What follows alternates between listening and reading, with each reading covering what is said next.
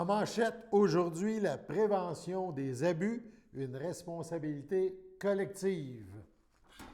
Bonjour à tous et bienvenue à votre bulletin d'information sur les ondes de CTRB, votre télévision locale et régionale. Alain Bellemare au pupitre en ce 18 février. On débute par un suivi de ce qui s'est passé récemment à l'école secondaire Saint-Laurent, c'était à Montréal.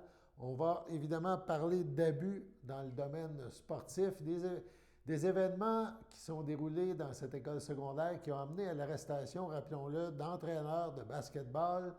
Évidemment, cette histoire nous a tous profondément bouleversés. Les torts causés aux victimes à un moment de leur vie où elles auraient dû pouvoir compter sur un entourage bienveillant laisseront des cicatrices indélébiles. Les gestes et comportements reprochés à ces adultes en position d'autorité sur des jeunes en situation de vulnérabilité nous laissent peu de mots pour décrire notre désarroi. Mais au-delà des vives émotions que cette stratégie provoque, il y a l'incompréhension. Comment se fait-il que pendant autant d'années, on ait laissé des entraîneurs avoir des comportements abusifs et violents? Comment se fait-il qu'après plusieurs cas semblables dans d'autres milieux sportifs hautement médiatisés, on se retrouve encore devant ce genre de situation? Il est indéniable que les accusés devront répondre de leur atrocité devant la justice, mais collectivement, nous devons prendre acte de ces événements et agir sans tarder en matière de prévention. Nous pensons souvent à tort que ça ne peut pas se produire chez nous, dans notre organisation. On ne peut plus attendre qu'une autre tragédie se produise et nous avons tous et toutes une responsabilité afin d'offrir un environnement sain où les jeunes pourront se sentir en sécurité, un besoin essentiel au développement et au bien-être. Des actions à prendre dès maintenant sont possibles. Tous les organismes qui offrent des activités aux jeunes doivent rapidement mettre en place des mesures simples, si ce n'est pas déjà fait, mais efficaces afin de protéger les jeunes et également les intervenants. Premièrement, une politique en matière de prévention des abus de toutes sortes doit minimalement être adoptée par le conseil d'administration des organismes afin de mettre sur papier les règles permettant de protéger les jeunes. Un mécanisme de filtrage des entraîneurs et bénévoles, incluant entre autres la vérification des antécédents judiciaires et la vérification des références, est aussi une exigence de base. Un code de conduite des entraîneurs et bénévoles qui balise, oui, c'est très important, les comportements et attitudes et pour lequel une politique de tolérance zéro sera appliquée constitue également un élément incontournable. L'application, sans exception, d'une règle toute simple permet d'éviter qu'une personne se retrouve dans une situation de vulnérabilité. Cette règle, la règle de 2, doit être mise en tout temps. Pour terminer, un encadrement et une supervision adéquats des intervenants permettent d'assurer la mise en application de mesures préventives. Il est aussi de la responsabilité de tous, parents, entraîneurs, administrateurs, coéquipiers, d'être à l'affût et de dénoncer toute forme de comportement inapproprié. Nous vous rappelons également que de rendre visibles sur les médias sociaux, sites web et lieux physiques les ressources d'aide et d'écoute comme Sport Aide, d'où vient cette information aujourd'hui. Donc, tout comme Sport Aide, fait également partie des bonnes pratiques et permet aux victimes de dénoncer tout comportement abusif de façon confidentielle. Loisirs et Sport Lanaudière offre de l'accompagnement aux organisations afin de les aider à passer à l'action et à mettre en place ces politiques qui sont essentielles pour permettre aux jeunes d'évoluer dans des environnements sains et sécuritaires. Pour de plus amples informations à cet effet, on vous demande où vous pouvez communiquer avec Alexandra Ayotte au 455-588-4443, 450-588-4443, au poste 124 ou encore par courriel à loisirs-lanaudière.qc.ca. Voici maintenant la suite de l'entrevue que nous a donnée cette semaine le député de Berthier-Masquinongé, Yves Perron. Cette fois, il parle de l'adoption de la loi des mesures d'urgence à Ottawa, donc par rapport à ce qui se passe sur la colline parlementaire. Entre autres, le Bloc québécois a voté contre ces mesures et voici les raisons données par le député Perron. Autre sujet maintenant, qui est encore un petit peu de l'heure, on en entend parler un petit peu encore ce midi avec les événements qui se passent à Ottawa. Vous vous êtes vraiment prononcé contre l'adoption des mesures d'urgence. Là, vous êtes en appui, on pourrait dire, qu'est-ce que le Québec a dit. Il y a d'autres provinces. Là, le Bloc va possiblement voter contre l'adoption de la loi, là, les modifications. Est-ce que j'ai bien Absolument. compris? Je veux juste être sûr que je me trompe pas. Non, c'est ça. Puis écoutez, en fait, c'est une loi qui n'est pas nécessaire. Là, on se retrouve devant un premier ministre qui fait absolument rien depuis 20 jours. 20 jours, là. Et tout à coup, il se réveille parce que le président des États-Unis l'appelle parce que le pont ambassadeur qui sert à, je pense, c'est 400 millions de marchandises qui circulent là-dessus à chaque jour entre les États-Unis puis le Canada, était bloqué. Là, il y a un appel du président américain. Ah, tout d'un coup, là, il se réveille. Puis là, il dit, ben là, on va monter les mesures d'urgence. À un instant, les mesures d'urgence, là, c'est l'ancienne loi des mesures de guerre qui a été votée en 70, là. Je veux bien croire, là, elle a été modifiée en 88, elle n'a pas la même ampleur de rentrer dans les maisons sans mandat d'arrestation, puis tout de suite, comme toutes les horreurs qu'on a connues au Québec en 70. Mais c'est quand même une loi qui représente un certain danger là, au niveau des autorités. De plus, elle est complètement inutile. La preuve, le fameux pont ambassadeur dont je vous parle a été libéré avant l'adoption du décret, sans mesure d'urgence. Il a été bien libéré. On a réussi à dégager la frontière qui était bloquée par des gens, puis on a même saisi des armes sur ce site-là, là, en Alberta. On a réussi à faire ça sans les lois des mesures d'urgence. Donc, pourquoi voter les mesures d'urgence maintenant si c'est pas pour donner l'impression que le bon premier ministre a pris les choses en main et qu'il est aussi fort que son papa quand c'est le temps de gérer les crises? C'est vraiment, je m'excuse, ça peut avoir l'air un peu gros ce que je suis en train de vous dire là, mais c'est vraiment l'impression que ça me donne. C'est hallucinant. Pourquoi avoir laissé faire tout ce temps-là? Puis pensons à la qualité de vie des gens qui habitent la capitale fédérale à Ottawa, là, qui depuis 20 jours ont les rues bloquées puis des klaxons sans arrêt pendant toute la nuit. Les premiers 10 jours, il n'y avait pas d'injonction interdisant les klaxons la nuit, là. Donc, c'était l'enfer, là. On a laissé faire. Qu'est-ce qui me permet de vous affirmer ça, Mme Yvon? Comparons avec la Ville de Québec. Oui, c'est ça que je Certains m'en diront, allais dire. Ouais.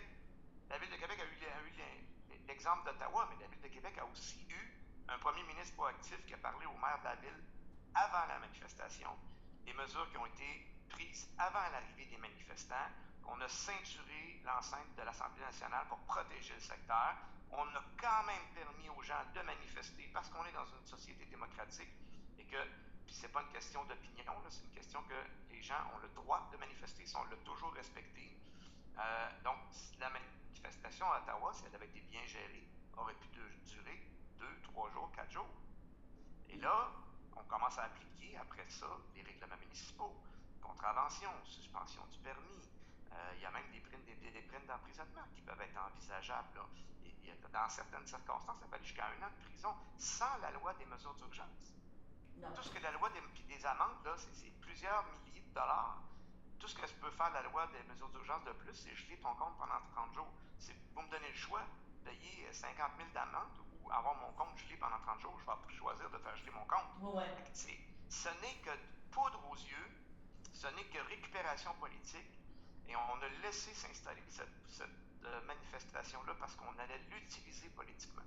Et dès les premiers jours, d'ailleurs, Justin Trudeau nous l'a prouvé en insultant les manifestants plutôt qu'en les rencontrant. Moi, je veux bien croire que tu n'es pas d'accord, là, mais un comportement d'un chef d'État, ce n'est pas d'insulter tes citoyens. C'est d'aller à leur rencontre, d'écouter ce qu'ils ont à dire et de leur expliquer la pertinence de tes politiques gouvernementales. Je ne suis pas en train de dire qu'il aurait fallu retirer les mesures sanitaires, là. En train de dire qu'il aurait fallu aller rencontrer les manifestants, rencontrer en parallèle les représentants des camionneurs qui n'étaient pas nécessairement d'accord avec cette manifestation-là. Je vous rappellerai que 90% des camionneurs sont vaccinés. C'était ça le déclencheur. Puis cette manifestation-là est devenue une canalisation de tous les gens qui sont à bout des mesures. Puis On en fait tous un peu partie, les gens appliquent les mesures. Là. On est tous tannés. Là. Fait que je peux comprendre, mais il faut écouter ces gens-là, il faut leur répondre, il faut leur dire, regardez, on va établir un calendrier de retrait des mesures raisonnables, basé sur la science. Aussitôt qu'on va pouvoir, soyez assurés qu'on va le faire, ils manifestent. On sent que, comme politiciens, les gens sont à bout, puis on fait tout ce qu'on peut pour retirer les mesures dès qu'on pourra, mais de façon prudente et raisonnable et responsable. Mais c'est pas ça que Justin Trudeau a fait. Il les a insultés, il les a traités d'enfants braillards, puis que c'est pas comme ça qu'elle allait obtenir quelque chose. Complètement ignoré pendant 15 jours.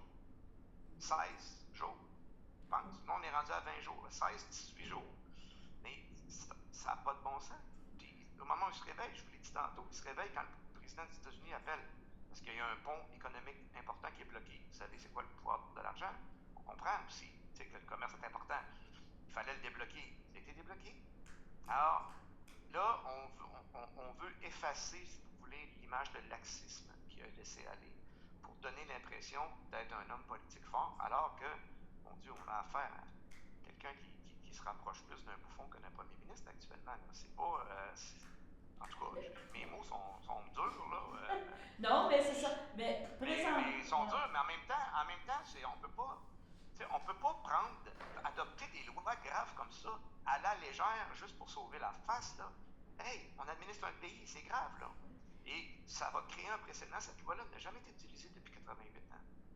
Alors, ça n'a pas de sens. Et nous, on s'oppose à ça en grande partie parce que le premier ministre du Québec, avant même que le décret soit adopté, a dit « Nous, on ne veut rien savoir de ça sur le territoire du Québec.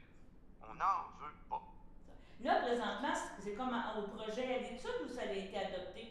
C'est pas parce que j'essaye de suivre. En fait, c'est un décret, donc c'est un décret d'urgence. Donc, il a été décrété.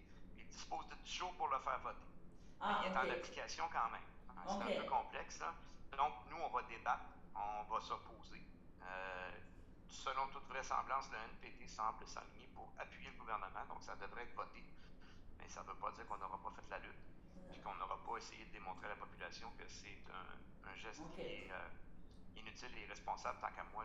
Est-ce qu'ils vous ont parlé d'une fin?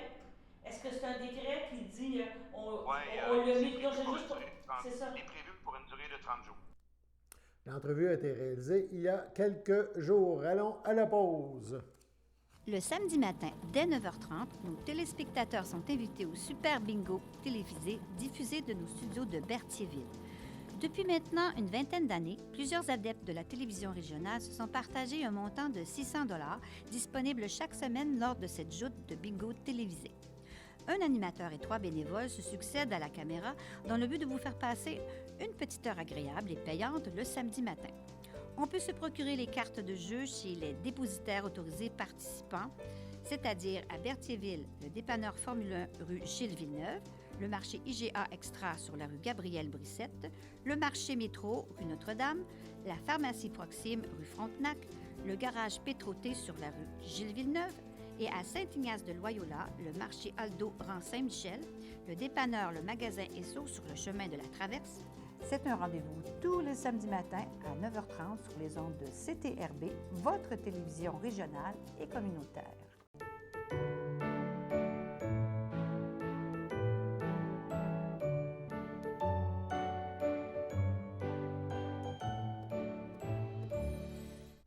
Voici les anniversaires. En ce 18 février, la FADOC de l'Île-du-Pas souhaite bonne fête à Alain Sylvestre et à Lorraine Lupien.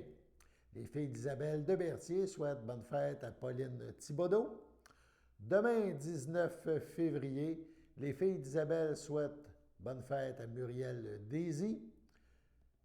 Notre graphiste à CTRB, Rosie Dupré, célèbre son anniversaire. Bonne fête, Rosie. Et le 20 février, dimanche, Pierre Gendron célébrera son anniversaire. C'est votre anniversaire. Aujourd'hui ou ce week-end, toute l'équipe de CTRB se joint à moi et vous souhaite bonne fête.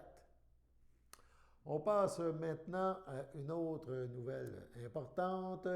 On parle des hommes et des garçons qui font aussi partie de la solution. Pour souligner les 33 ans d'action solidaire auprès des familles et de la communauté lanaudoise, la Fondation au cœur de l'île.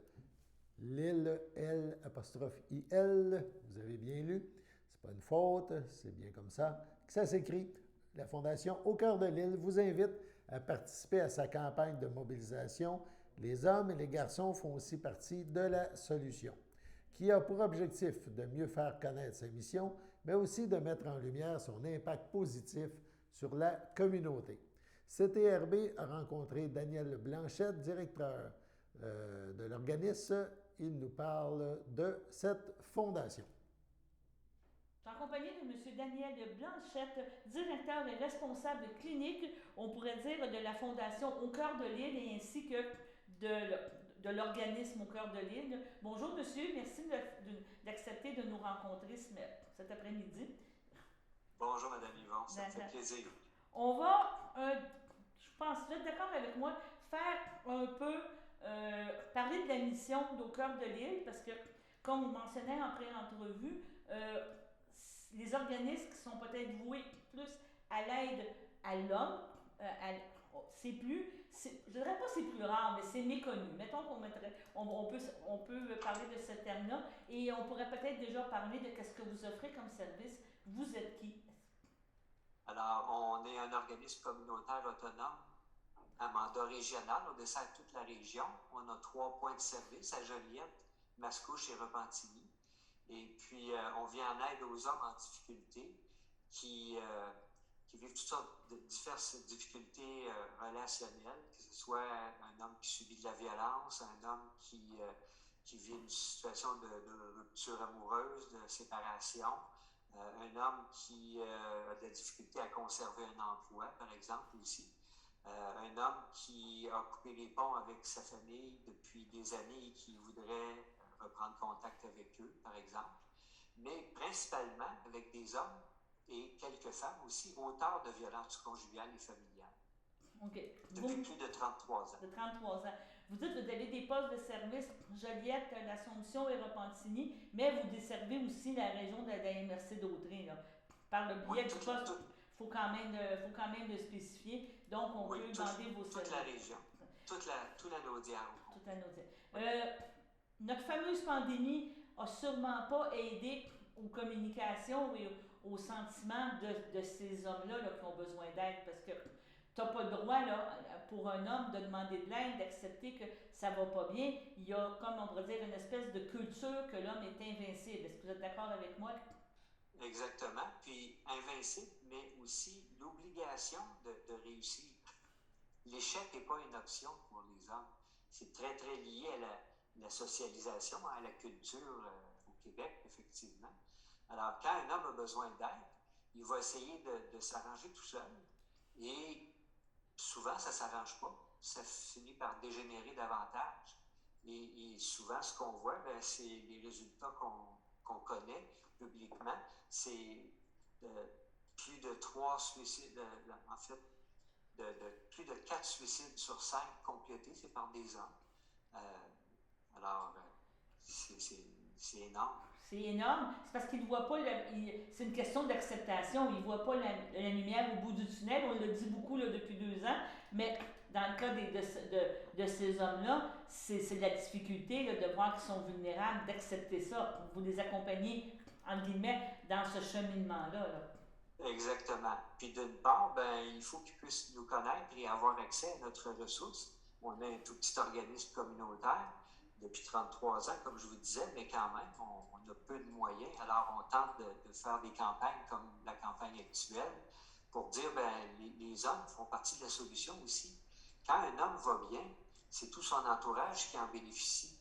Et quand un homme va moins bien, c'est tout son entourage et ainsi que lui-même qui en subissent les conséquences aussi. Tantôt, on parlait de socialisation de la société. Elle a beaucoup érigé l'homme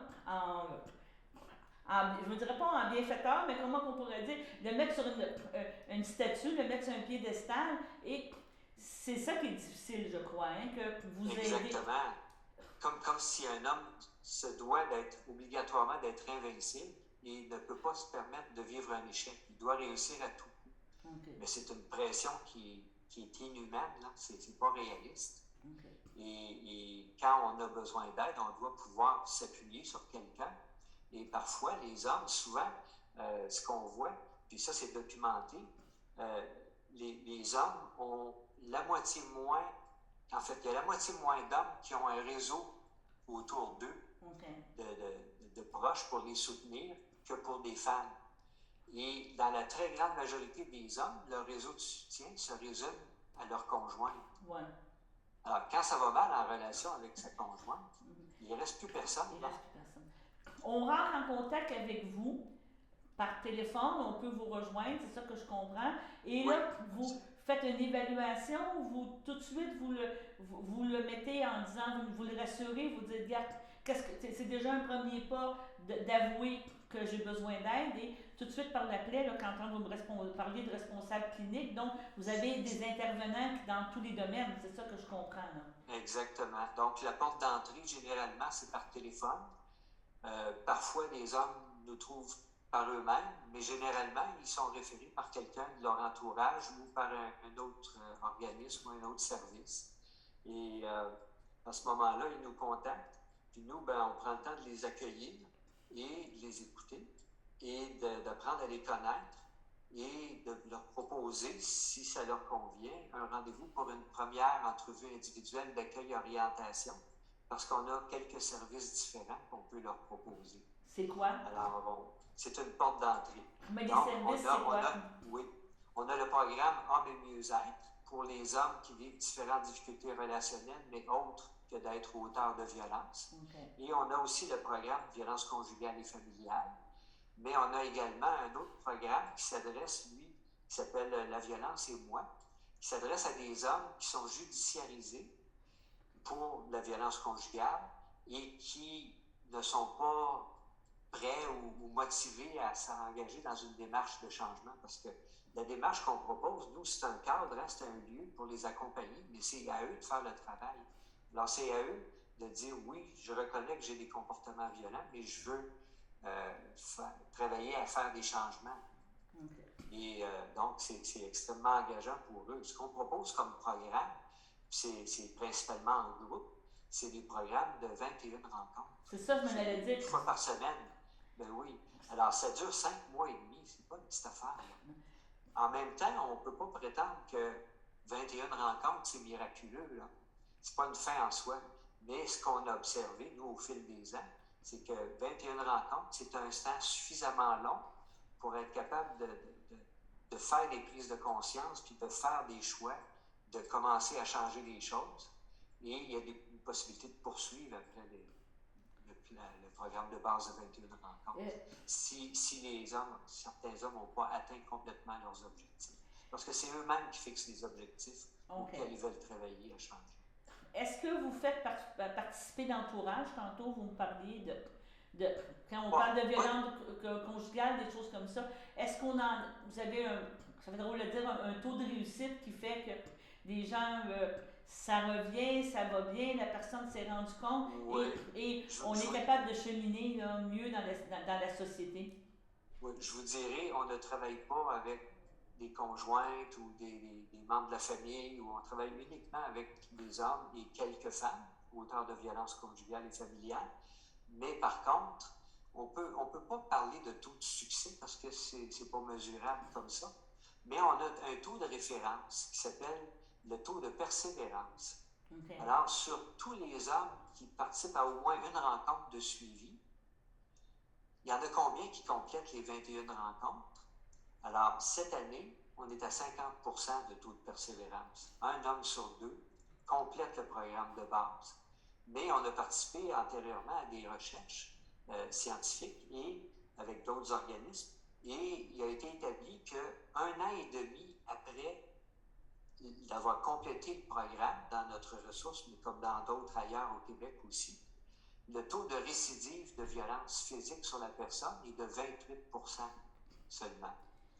Et le taux de récidive des autres formes de violence, de la violence verbale ou psychologique, là, c'est 38%. Allons maintenant à la pause.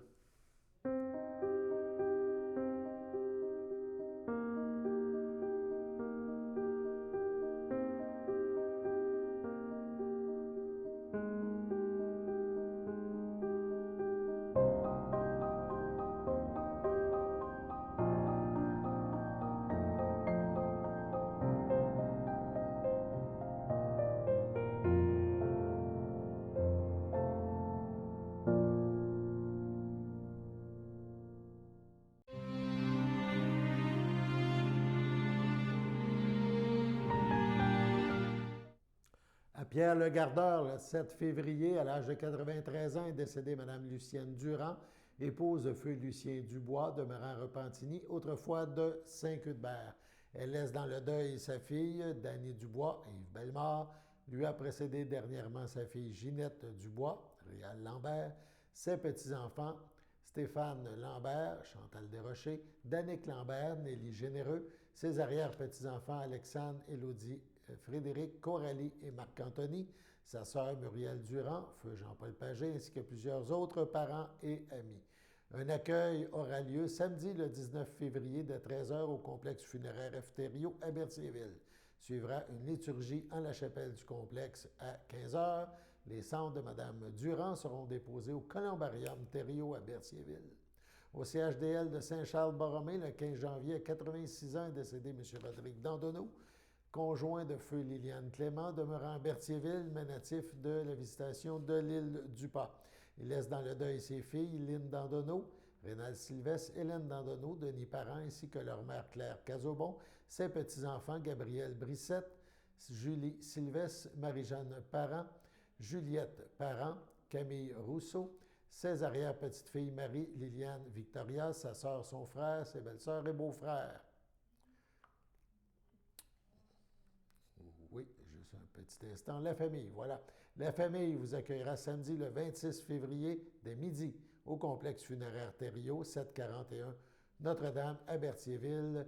Suivra une liturgie à la chapelle du complexe à 14h30. Sur ce, passons à la météo.